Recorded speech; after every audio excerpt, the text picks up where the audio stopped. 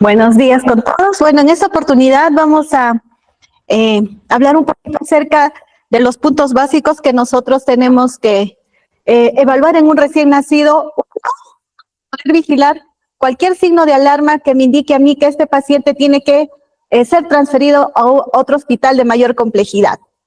Y dos, ¿cuáles son las medidas que yo tengo que tomar y qué pasos tengo que seguir para yo saber que mi paciente, si bien es cierto, puede estar inestable, pueda llegar en las mejores condiciones al lugar donde va a ser tratado de manera definitiva? Entonces, vamos a ver que acá tenemos una definición. La última guía del MINSA es un poquito antigua, del 2015, pero hay algo que me gustaría de repente con ustedes repasar, que la evaluación del recién nacido se hace incluso hasta antes del nacimiento y en la atención inmediata de este recién nacido. Y nuestra función va a ser, nosotros vamos a tener que tomar un conjunto de medidas sistematizadas, actividades e intervenciones inmediatamente al nacimiento hasta las 2 primeras horas, para que nuestro propósito sea reducir los eventuales riesgos que puedan tener durante este periodo. Pueden haber desequilibrios, daños, complicaciones, secuelas o incluso la muerte. Nuestra tarea es tratar de disminuir estos riesgos. Y vamos a tener también recién nacidos que van a nacer con algún tipo de complicaciones. Entonces, estos pueden desarrollarse incluso antes del nacimiento, durante o después del nacimiento y que van a ser detectados por el personal de salud en el proceso de nacimiento. La intervención de nuestra parte va a ser principalmente porque vamos a evaluar estos riesgos y tenemos que estabilizar al paciente tanto al nacimiento o cuando tengamos un paciente en emergencia, y también ver si es necesario el transporte del establecimiento o del domicilio a un establecimiento de mayor complejidad. Entonces, ¿cómo vamos a hacer esto? Bueno, no se nota muy bien, esta es una guía, un algoritmo de del Instituto Materno Perinatal, en donde, por ejemplo, lo que ellos mencionaban es una de las principales acciones que nosotros tenemos que tener es evaluar los factores de riesgo que podemos tener en cuanto a la gestación. Entonces, nosotros también tenemos que preparar el equipo necesario que vamos a necesitar. Aquí no solamente es insumos, sino también es personal médico y personal de salud preparado para la atención de este recién nacido. Si todo va bien, nuestro objetivo es que este recién nacido esté al lado de la mamá. Podamos hacer el contacto precoz, incluso el pinzamiento tardío. Y después la evaluación de nuestro recién nacido. Nuestras acciones van a hacer desde el inicio, no sé qué pasó, desde el inicio del parto, incluso antes de, porque como les mencionaba, hay factores de riesgo que nosotros tenemos que ver ahí. Ahora, si mi bebito nace bien, todavía tengo 2 horas después de seguir evaluando para ver si tiene alguna complicación. Pero de todas maneras, nosotros también tenemos que ver que alguno de estos bebés puedan tener alguna complicación y van a tener que dar un soporte que después vamos a ver en el otro capítulo con mi colega, que es acerca de las maniobras de RCP. Entonces, factores de riesgo. Miren ustedes la enorme lista que tenemos. La idea es, la mejor manera de que nosotros podamos vigilar las posibles complicaciones es incluso antes del nacimiento. Entonces, nuestra tarea no solamente va a ser desde el momento que nace, sino que tenemos que averiguar cuáles son los factores de riesgo que pueden estar asociados antes del nacimiento.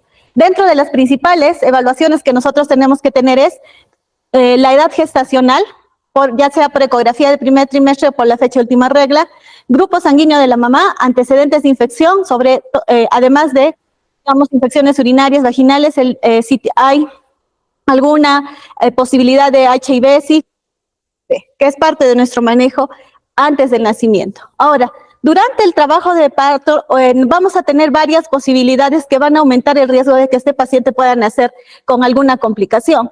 Entonces, lo que nosotros vamos a tener, una de las principales complicaciones es que nazca un recién nacido prematuro, que no nazca un recién nacido que requiera apoyo oxigenatorio porque nace con dificultad respiratoria, o también la idea es que nos nazca un bebito vigoroso, pero no siempre pasa eso.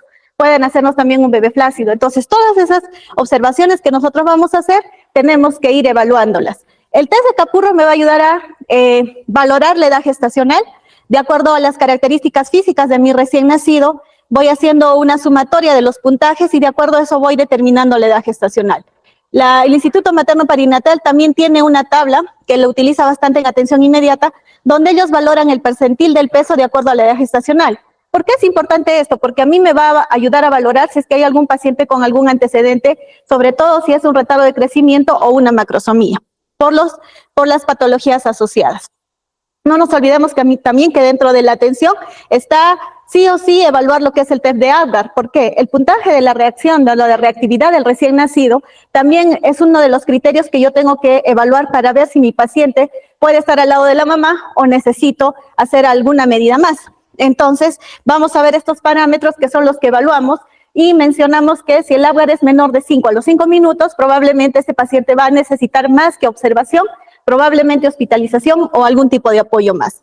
Este Sinterman me va a ayudar para lo que es la dificultad respiratoria. Entonces, lo que se ha visto es lo siguiente, de acuerdo a los ítems que nosotros vamos a ver en lo que es el test de Silverman, de acuerdo a la dificultad respiratoria, si tenemos un Silverman de 4 que se ya caracteriza con una dificultad respiratoria moderada, ya tendré que evaluar que este paciente probablemente no va a poder estar al lado de su mamá, sino que voy a tener que referir para tratamiento hospitalario.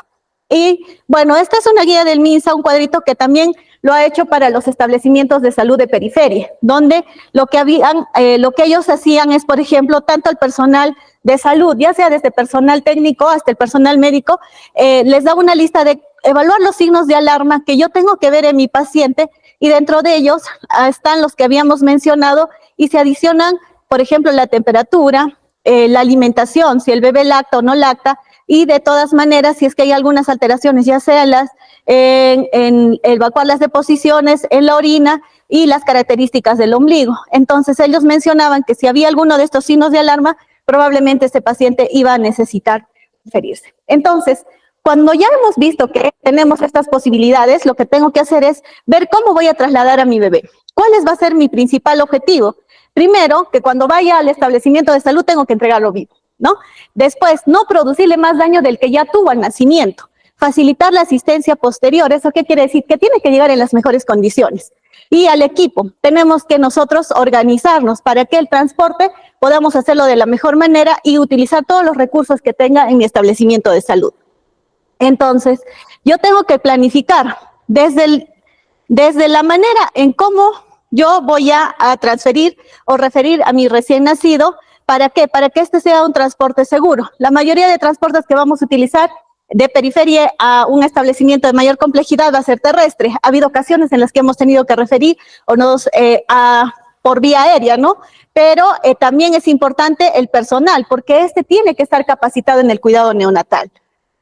En cuanto a la formación del personal, ¿por qué es importante? Todo personal que se va a encargar, uno, de la decisión del traslado del recién nacido y acompañar al recién nacido, según esta es una guía, por ejemplo, que han hecho en Estados Unidos y mencionaban lo siguiente, que necesito un soporte vital básico y avanzado. O sea, tengo que tener conocimiento de esto. Manejo de la vía aérea en cuanto al recién nacido y acceso de las vías vasculares. Tengo que saber y tengo que contar con los insumos para una monitoración permanente y tengo que tener liderazgo en la toma de decisiones, porque durante el traslado hay ciertas eventualidades, entonces yo tengo que saber cómo actuar. Todos los que están de la atención del recién nacido tendríamos que estar capacitados en estos ítems. Ahora, planificación también es importante. ¿Por qué? Porque cuando yo decido trasladar a mi recién nacido, tengo que conversar con la familia, porque ellos tienen que saber cuáles son los motivos de mi traslado.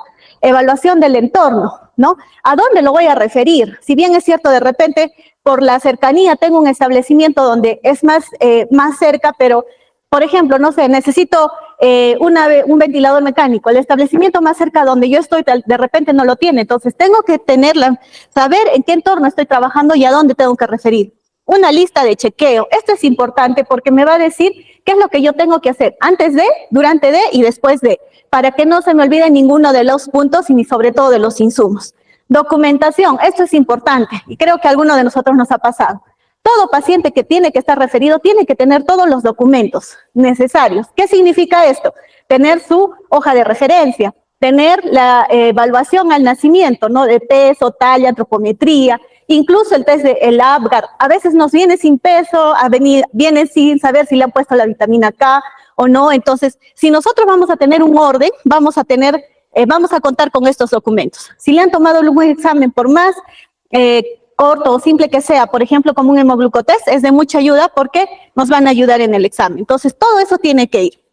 Ahora, la mejor manera de trasladar a un recién nacido, se recomienda que tiene que ser intraútero. ¿Por qué? Porque mientras mejor sea la atención de este recién nacido, de acuerdo a las complicaciones prenatales, entonces podemos tener mejor expectativa. Pero en este caso, lo que nosotros, por ejemplo, esta es una guía de España, donde mencionaba lo siguiente, son todas estas las indicaciones que ellos hacen, que lo ideal sería referir a la gestante. Entonces, pero se ha visto que del 30 a 50 de las complicaciones que se necesitan, que van a necesitar la hospitalización en UCI, se van a dar en el periodo intraparto, tardío o neonatal temprano. O sea, si bien es cierto, podemos referirlos en la barriguita, la mitad de los que van a nacer en la complicación vamos a verlos justo al momento del nacimiento. Y lo que más también tenemos que considerar es, de todas maneras, hay que tratar de prevenir la separación madre-niño. Por eso es que también es importante que sea trasladado intraútero. Ahora, dentro de los traslados de un recién nacido, estas son las indicaciones de cuándo yo tengo que trasladar a un recién nacido. Otra vez se ha cortado, perdóname, no sé por qué.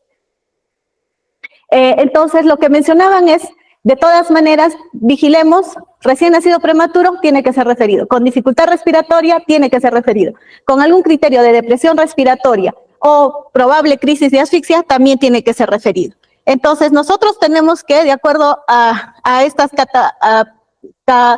categorías, tendremos que pensar. Ahora, ¿cómo yo voy a ordenarme para estabilizar a mi paciente antes de referirlo? Aquí, por ejemplo, esta es una guía estadounidense que lo hicieron un personal de enfermería, pero que sí sigue utilizando y se ha ido modificando. Y ellos lo catalogan como el stable, porque es un acrónimo que me dice qué es lo que yo tengo que hacer. Por ejemplo, ahí vamos a ver que la S es de, tenemos que tener un control de azúcar y dice transporte seguro. También tengo que vigilar la temperatura, la ventilación, la presión, si es que hay algún tipo de shock. Después, si es que hay alguna alteración a nivel de lo que es la infección neonatal o tratamiento, por eso es que algunos establecimientos incluso tienen laboratorio que nos podrían ayudar y el soporte emocional que es básico también. Entonces, recordar que lo básico es lo primero. Antes de referir a mi paciente, el ABC. Tengo que ver lo que es la vía aérea, la respiración y la circulación. Tenemos una última guía que ya la vamos a ampliar después y en la que nosotros nos vamos a basar para la atención. Y una vez que hagamos este punto clave, recién tengo que ver los parámetros del stable para referir a mi paciente. Entonces, vamos a empezar con la S, que es la glucosa. ¿Quiénes tienen más riesgo de presentar hipoglicemia? Los prematuros, RCIU y los macrosómicos. El monitoreo debemos hacerlo al lado de la cama del paciente y tenemos que tener cuidado con aquellas hipoglicemias que sean refractarias al tratamiento. Lo que se trata de optimizar es un valor adecuado de glucosa. Se menciona que lo ideal sería tener más de 50 y hay que hacer la evaluación cada 30 minutos, 2 pruebas consecutivas para ello saber que mi paciente esté estable y pueda referirlo de manera estable. Identificar los signos de hipoglicemia. Si bien es cierto, acá por ejemplo mencionan que tendríamos que tener un glucómetro o un aparato que nos ayude a medir la glucosa, pero sabemos y también que en los establecimientos de salud no los tenemos. Entonces es importante que nosotros también vigilemos cuáles son los signos de alarma o bueno, cuáles son los signos clínicos que me pueden decir que este paciente está con hipoglicemia. Entonces tendríamos que nosotros ver la posibilidad de referirlos, lo ideal sería con un examen. Ahora, el tratamiento se recomienda un acceso venoso, por lo menos periférico.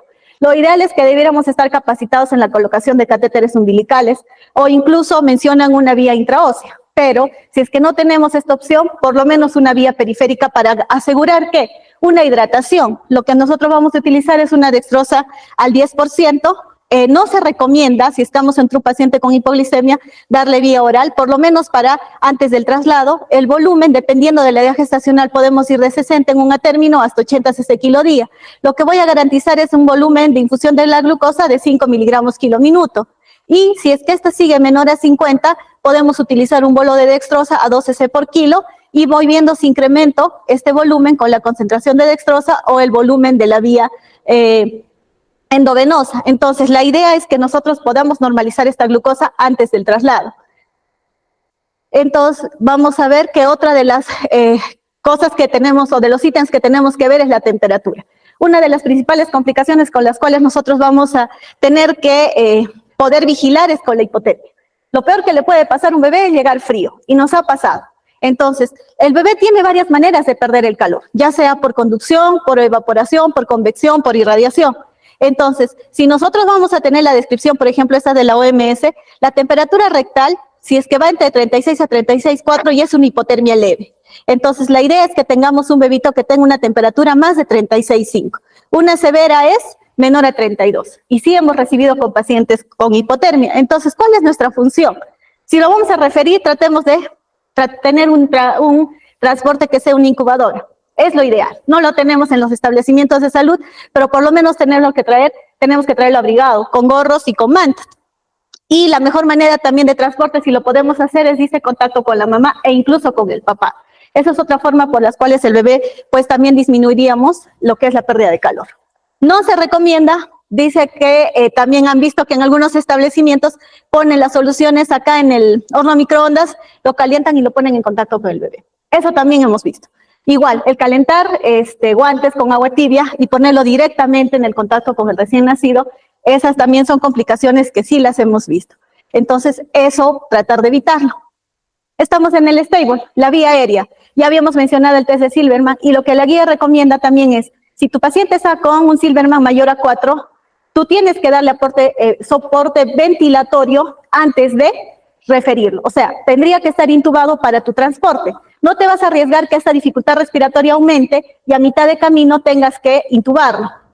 Si bien es cierto, la mejor atención que se tiene que hacer es, si estamos en un distrés leve, si tenemos halo cefálico también se recomienda, o cánula binasal, que serían las opciones que nosotros tenemos para el transporte. Y obviamente tiene que estar monitorizado.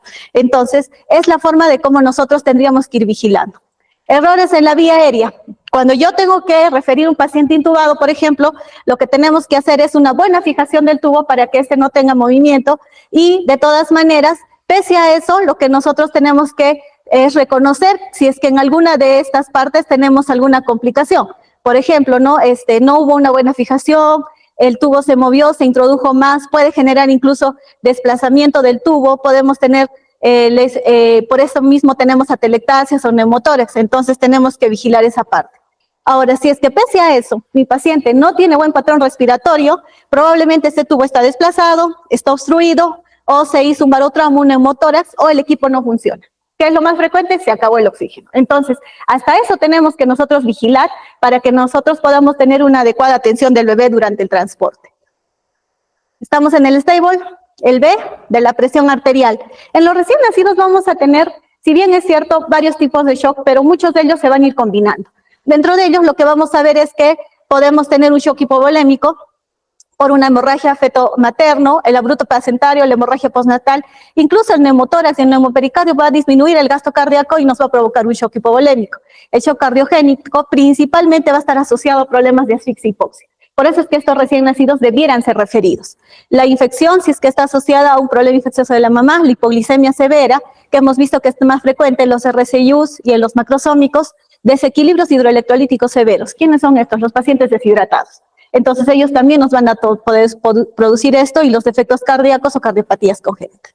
Y el shock séptico, bueno, es uno de los más frecuentes que manejamos y van a ir asociados en conjunto con estos dos tipos de shock por la complejidad. Entonces, nuestro tratamiento va a ser dependiendo de la situación. Si tenemos un shock hipovolémico, si la situación es aguda, incluso podríamos dar bolos de solución salina, pero si la pérdida es aguda, por ejemplo, como les dije, por una placenta previa, se puede recomendar incluso transfusión de paquete globular a 10 mililitros por kilo. Si es cardiogénico, tenemos que corregir la patología de fondo, y si es séptico, podemos también ayudarnos con inotropos, cristaloides y antibióticos. Si vamos a referir, si es que estamos con alta sospecha, ya se podría iniciar tratamiento antibiótico. Generalmente se puede dar cristaloides de bolo y los inotropos ya van a ser tratamiento de tercer nivel por el monitoreo. Y el stable también hablaba de laboratorio. Entonces mencionaba que si el establecimiento de salud tiene para tomar los análisis de sangre, prioricemos estos que tenemos acá. Un hemograma, si podemos hacer el cultivo, sí o sí la glucosa en sangre y los gases para ver la función ventilatoria y oxigenatoria. Y por último, el stable, la parte final, que era la E, hablaba del soporte emocional. Cuán importante es, y todos queremos que el recién nacido esté con la mamá, pero no siempre pasa eso, y a veces somos muy poco comunicativos con los papás. ¿Por qué? Porque a veces ellos están preocupados o se dan otra idea y no saben, y es un estrés para ellos saber por qué su bebito lo están derivando, porque mentalmente ellos estaban preparados a que su bebé esté con ellos. Entonces, la parte de nosotros, cuando vamos a referir o transferir, es también conversar con ellos para comunicarles esta parte. ¿Y cuál va a ser nuestro objetivo del traslado? Y de todas maneras, siempre es bueno hacer un registro durante en el sitio remitente, o sea, de donde yo voy a salir, durante el traslado y al sitio receptor. Por ejemplo, acá es importante saber condiciones en que se entrega el recién nacido, las novedades del centro receptor y los documentos que se entrega. Como les mencioné, es importante nosotros tener un adecuado conocimiento de cómo está viniendo. Otra de las cosas que también nos traen es su pulserita, ¿no? La identificación del recién nacido. Entonces son cosas básicas que nos ha pasado. Viene el recién nacido a veces en brazos de los papás sin un personal. Vienen con una vía periférica que tampoco está funcionando y sin personal que lo haya visto. Vienen con oxígeno y sin un saturómetro. Vienen con una hoja que no saben la edad gestacional, que no se sabe el agua, que no se sabe si le han puesto las profilaxis, si le han puesto la vacuna. Entonces, eso es algo complicado para nosotros adivinar eso. Si nosotros tenemos un adecuado monitoreo del transporte, podríamos mejorar esta parte. Entonces, un traslado seguro es tratar de dar inicio el ABC, que dijimos que es lo principal, hacer el stable, monitorización permanente y tener la precaución de que nuestros equipos estén funcionando, estar atentos y estar capacitados para los efectos adversos, y nuestra finalidad es tener la seguridad de que este paciente va a llegar bien a su establecimiento de salud y tener los equipos necesarios. ¿Qué es lo que yo tengo que evitar? Que mi paciente haga hipotermia, hipoglicemia, hipoxia, pero también las hiper son importantes, que haga hipertermia o hiperoxia o hipotermia. Entonces, esos son los que no nos van a ayudar. Conclusiones para finalizar la ponencia es que la estabilización del recién nacido previo al transporte neonatal mejora la calidad y seguridad del procedimiento. Y nosotros, si tenemos herramientas estandarizadas y somos ordenados, por más sencillas que estas sean, nos van a ayudar a que la coordinación sea buena y la ejecución sea lo mejor para nuestro recién nacido. Y el equipo de transporte neonatal debe tener el entrenamiento y la experiencia para prevenir errores y resolver situaciones imprevistas. Bueno, entonces, lo último que les diría es que, si bien es cierto, estaba comparando la parte teórica con nuestra realidad, nos falta mucho todavía por mejorar. Los establecimientos de salud a veces no tienen la capacidad necesaria para que venga un personal entrenado, para que venga con la referencia del recién nacido. Pero cuán básico es para que nosotros podamos tener también la mejor información del recién nacido y las mejores herramientas para poder atenderlos a ellos. Esa es una parte en la que nosotros, que somos personal de salud, y que muchos de repente de los alumnos que están acá en algún momento van a estar en un establecimiento de salud, tenemos que estar preparados para mejorar la atención de nuestros recién nacidos. Bueno, eso sería todo.